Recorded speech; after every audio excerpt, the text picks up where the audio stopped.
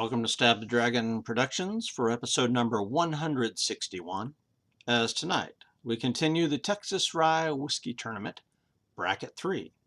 This bracket came about as I was conducting the main tournament when I discovered there were more Texas Rye whiskeys that I had missed or that had just come out. And then actually one of them had disappeared for a while and the company went out of business. But I found some more bottles, and so I got another one. So there's lots of things that came up after the main tournament. So we've got, I think, 6 or so whiskeys left, 6 or 8, somewhere in there, that we didn't do the first time around or the second time around. So we've got a third bracket. And then after we finish this third bracket with these 8 whiskeys, then we'll have a championship tournament between the top whiskeys of the 3 brackets. And the rules are, I'm simply looking for which whiskey I prefer 3 out of 5 times. All of these whiskeys are good quality whiskeys. I do have my preferences, and so sometimes, if I've got 2 whiskeys to choose from for 5 different days, 3 days out of those 5, if I choose one, then that's the winner. That's kind of how I'm approaching it. Now, Texas has 2 fundamental kinds of whiskeys. You've got whiskeys that have the Texas funk and whiskeys that don't. And then there's a sliding scale between those. The Texas funk, what's that? That's the effect that the extreme climate has on whiskey. It imparts a very strong barrel note and char to the whiskey so that it can even be considered smoky. And of course, there are ways to moderate that or eliminate that, and so you end up with some whiskeys made here in Texas that are very similar to anything coming out of Kentucky. So if there's a tie, and this has happened, then I choose the winner based on price and availability. I mean, you can have a good whiskey, but if you can't find it anywhere, or if another one just as good is cheaper, there you go. So what are the contestants tonight? We've got Iron Wolf, straight rye, aged for 6 years. This 90 proof Texas rye comes from Spicewood, Texas, in the hill country. That's west of Round Rock, southeast of Marble Falls on Highway 71. I could not find any reviews of this single barrel release that is sold only at the Iron Wolf Ranch or at the Specs liquor stores in Texas. Now, I've had a bottle of the Iron Wolf bourbon before, and it's amazing. It is very good. It's got the high rye mash bill, and I did a blind tasting with Blanton's Gold versus Iron Wolf. The Iron Wolf won. They tasted very similar, and I picked the Iron Wolf thinking it was Blanton's. There you go. So now they've got this rye. It came out last year, and I missed it the first time around. Is this rye as good as their bourbon? Now, I called the Iron Wolf Distillery and asked a few questions not long ago and found out that they do not source their whiskeys. It's all grain to glass Texas whiskey. So it's distilled and aged on location. And that was encouraging. This 750 milliliter bottle cost $52.62 at Specs. It is not available anywhere else except the Iron Wolf Distillery in Specs. And in this corner, I've got another entry from Oak&Eden. This is Oak&Eden Rye&Rumba. This is another North Texas whiskey originating out of Bridgeport, Texas, about 30 miles to my northwest. But it's bottled in Louisville, Texas, about 30 miles to my northeast, so I am halfway in between. But they have opened a couple of tasting room libraries, is what they call them, in the area, and one is 3 miles from my house. And so I haven't made it there yet, but I hope to soon. And it's way more than a fancy bar. The Oak&Eden Library, if you sign up for $150 each, you can go there and make your own personalized bottle right there. You've got your choice of bourbons and ryes. You've got your wide variety of their soaked spires, and they can even infuse some flavors into your whiskey. So you choose the whiskey, you choose the spire, and you can choose to infuse it with a little bit of flavor. So you design your own bottle, make it right there on location. And then the other part of the facility is a regular bar. So I've got at least 4 different bottles of Oak&Eden. So I'm obviously a fan. Now, the only downside is that they source all their whiskeys mostly from MGP, but I think they use somewhere else as well. And then to make things cost efficient, they use younger whiskeys, and they finish the bottle or finish the whiskey in bottle with those spires. And again, you can possibly see that spire in there. You can see it a little bit. So that's their original concept. I think there are some other people now doing something similar, except not with the spire. I think that's patented. But there's some in-bottle finishing places. So this is a way to do something different. I think it's very innovative. I like their product, obviously, if this is my 4th or 5th bottle. And so I enjoy their products. They are a bit expensive for what you get. This Rye&Rumba, and the Rumba, it's got a rum-soaked spire. And at Total Wine, this cost $64.99. Specs, it wasn't listed, but I've gotten bottles of Oak&Eden at Specs before. Again, their websites are all messed up. Goody Goody no longer listed it, but that's where I bought mine this year for about $65. So, you know, this is a little bit more expensive than Iron Wolf, but I think it's more available because I've seen Oak&Eden at all 3 of the major liquor stores in town. This bottle does say, however, that it is a limited edition. And so I'm not sure exactly what that means, but it says limited edition batch. Limited small batch, that's what it says. And so before, I know they have done some releases where the spire was soaked in raw beer. They did 2 different releases, one with an IPA and one with their Scottish ale. Raw is a local brewery in town. It's one of my favorites. And they don't have those anymore. So I'm wondering if that's a similar deal with the Rye&Rumba. I do not know which rum, where they got the rum, who supplied the rum. I don't know anything about the rum. Getting a hold of Oak&Eden has proven difficult. I've sent a message, I've called, and you know, so I haven't gotten any response yet. But those are the 2 competitors. Now, part of the fun is I get to try to see if I can figure out which glass is which. Now, that's not part of the contest. It's just part of the fun. So number 1 on the bottom, there's a number. Number 1's Oak&Eden, and number 2's Iron Wolf. But I have mixed these up, so I don't know which one is which. So just simply by going off of color and flavor and nosing, I'll try to figure out which one is which. So on to the contest. History. Both of these whiskeys are Texas-based. Oak&Eden began in 2017 and got their first products out in 2018, which is fast because, again, they sourced their whiskey and then you get the aging in the bottle thing. They've stirred the cocktail of the whiskey world with their bottle aging with the oak spires, and so that's how they got stuff out really fast. Again, they're very innovative.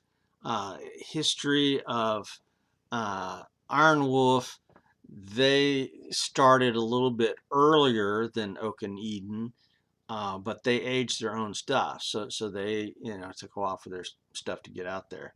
And it's a very small outfit down there in the hill country. So this, I think Oak&Eden, you see their bottles everywhere. Oak&Eden's got a massive marketing campaign.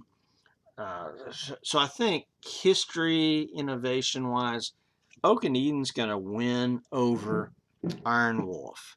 Bottle packaging and marketing, Both of these whiskeys have an imposing bottle. I mean, look at that Iron Wolf bottle.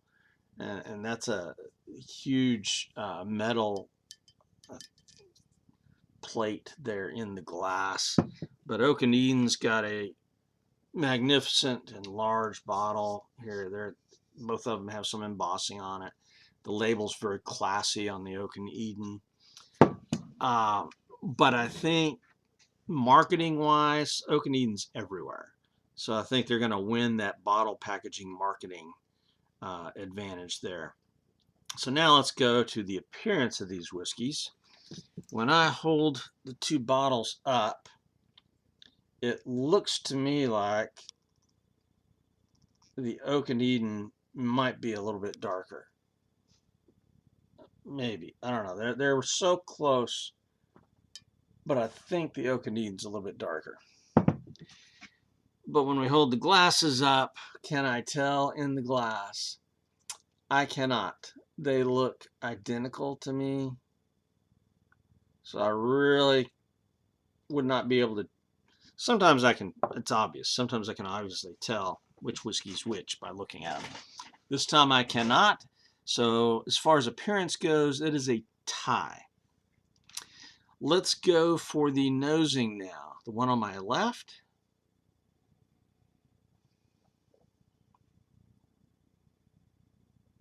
A little bit of a whiskey smell, not really any rye. That might have a little sweetness there. Let me test this other one.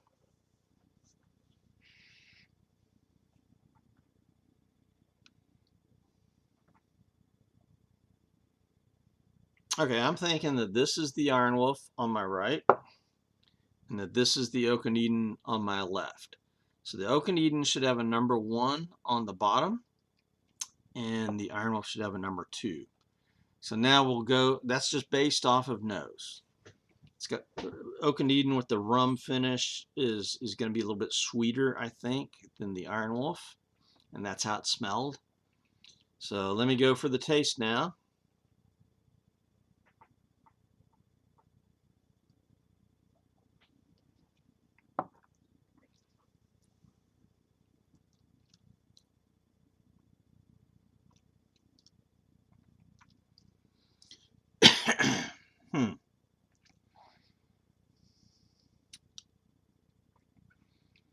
That's definitely getting some rye on the back end, on the finish.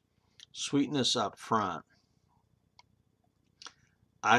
Boy, I don't think that was the Oak&Eden. I think that may be the Iron Wolf.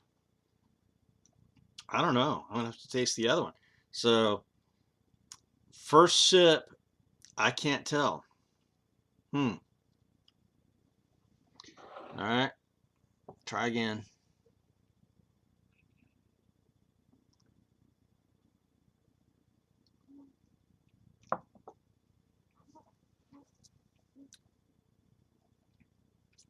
It's got an appropriate little burn there. It's got a decent mouthfeel. Fairly long-lasting finish.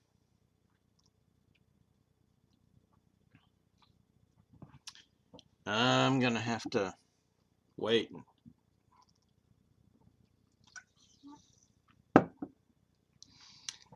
Dark fruits.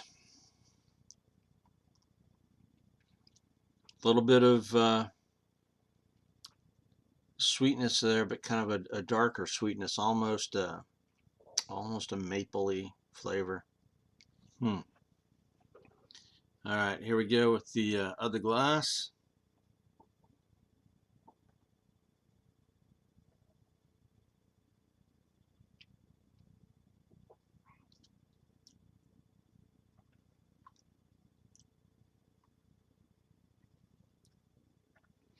This one's got a little bit more of the pine needles going on there.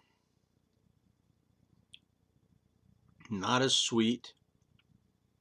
So I'm going to say this one on my right is the Iron Wolf. That should be a number 2 on the bottom.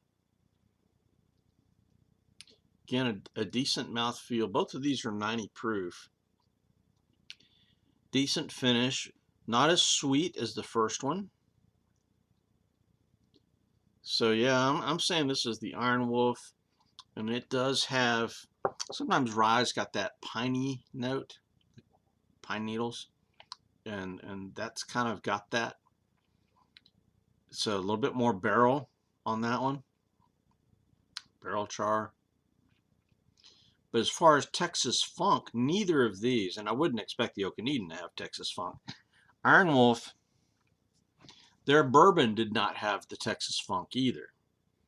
Again, their bourbon tasted like Blanton's, that high rye bourbon, and so this is the rye.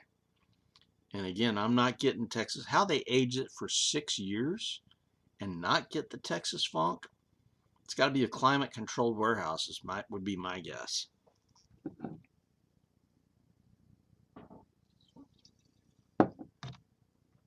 Let me try this first one again. Now I'm thinking this is the Oak&Eden, so it's number 1 on the bottom.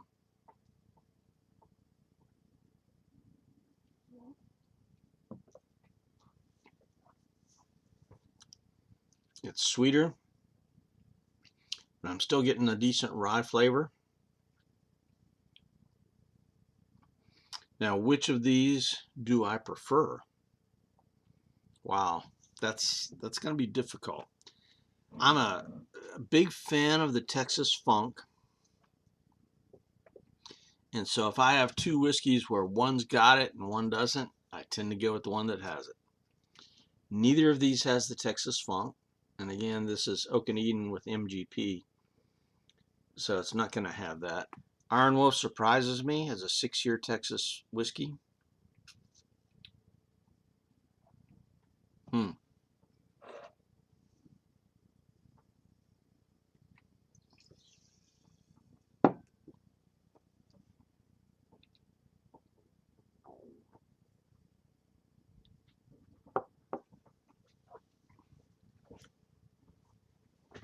You know, I think the first one's got a little bit more of a kick to it too, which I like. Smooth is overrated.